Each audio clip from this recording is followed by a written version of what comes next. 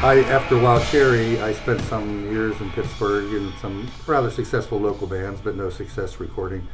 So I relocated to Florida on a whim, and I hooked up with King Snake Studios, which is had a band, Midnight Creepers, and so I got immersed in blues music as a recording engineer primarily, but as a session guitarist. And I also had a quartet called Blue House, and we played the local haunts in Orlando and up and down the East Coast, Jacksonville Blues Festival, things of that nature. But we were doing a house gig in Orlando, and we played very eclectic songs. We played songs by Lightning Slim, Lazy Lester. Our studio was geared to like swamp blues. And one night, Pat Travers, a great guitarist and a friend of our bass player primarily, but a great friend of mine now, brought Dave, who had just returned from England, relocated to Orlando, Florida, brought him to our show. So we get together and we decide to do like a review. You know, Dave wanted to get back into playing. He had been on hiatus, for several years back in England.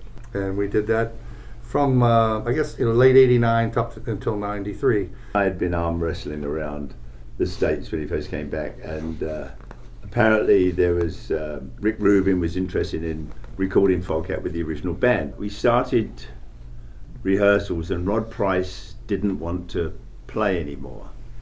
And I said to Dave, I said, well, you want to... Tony Stevens was living in Manhattan at the time, and I was living out on Long Island. And I said to Dave, I said, well, Rod doesn't want to play anymore. So Rod just didn't want to play anymore. He didn't enjoy being on the road, traveling, but that can get you down anyway. But And you did do several years. Yeah, he did. Yeah, we did a number of dates, but he wasn't happy. So, you want me and Tony to do some auditioning for guitars, and he said, no, Bryan will do it. I said, Bryan? He said, yeah, Bryan Bassett, he'll play guitar.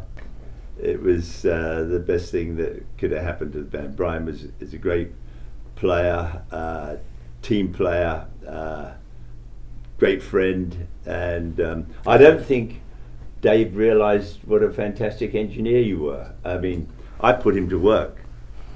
I said, oh no, we don't need a producer or an engineer. Bryan will do it. Yeah. He's produced everything since Family Jewels. Yeah. Was that 19 years ago? Yeah.